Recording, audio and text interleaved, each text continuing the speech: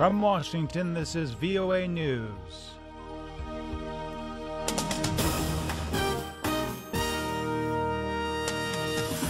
I'm Steve Miller reporting. United States Attorney General Jeff Sessions testified Tuesday before the Senate Intelligence Committee. The hearing focused on the Russia investigation into the 2016 election and the firing of then FBI Director James Comey. Sessions began his testimony by stating he had no contact with anyone allegedly trying to interfere with the election. I have never met with or had any conversation with any Russians or any foreign officials concerning any type of interference with any campaign or election in the United States.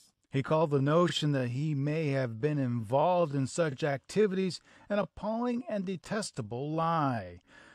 Sessions said he has no knowledge of the criminal investigation being headed by Robert Mueller, the special counsel who assumed oversight of the Russia probe after Sessions recused himself. Sessions said he has confidence in Mueller, but added he has no idea whether President Trump does. Earlier on Tuesday, Deputy Attorney General Rod Rosenstein assured lawmakers that without good cause he would ignore any attempt by President Donald Trump to fire the special counsel investigating any possible illegal collusion between Trump aides and Russian officials in last year's campaign. It doesn't matter who the order comes from. Good cause will be based on the reasons for the proposed removal. Rosenstein added that no such reason currently exists.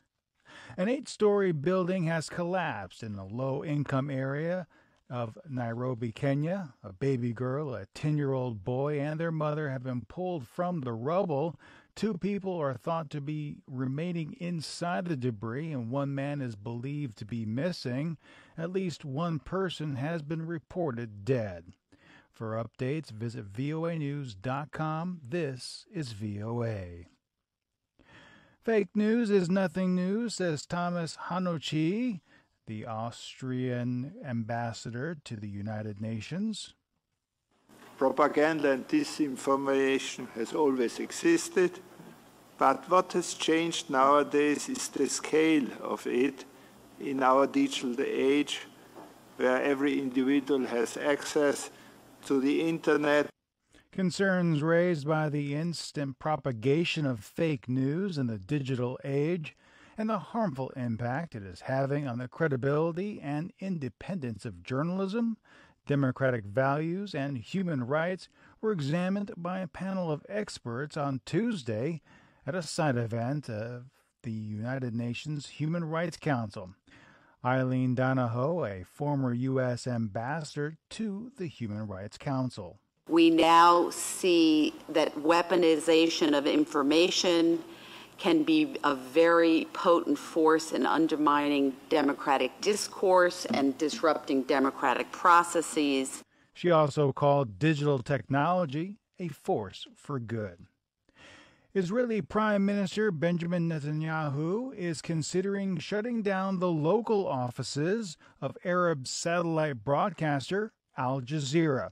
VOA's Andrew Palczewski reports. Saudi Arabia has been leading an effort to isolate Qatar, accusing the energy-rich Gulf state and the Qatari-backed channel of supporting violent Islamic groups across the Middle East. Jordan and Saudi Arabia have closed Al Jazeera's local offices, while the channel and its affiliate sites have been blocked in Saudi Arabia, United Arab Emirates, Egypt, and Bahrain.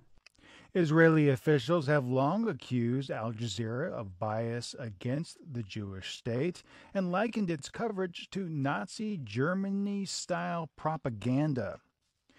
The International Organization for Migration reported a massive case of food poisoning in a camp for internally displaced people outside the beleaguered city of Mosul. 752 Iraqis were sickened, 312 hospitalized, and at least 2 people, a child and a woman, have died. So many people fell ill, authorities ran out of ambulances and transported people by bus to hospitals, which then filled to capacity. The UN Refugee Agency reports the outbreak of food poisoning occurred in U2 camp, which houses 6,300 displaced people from Mosul.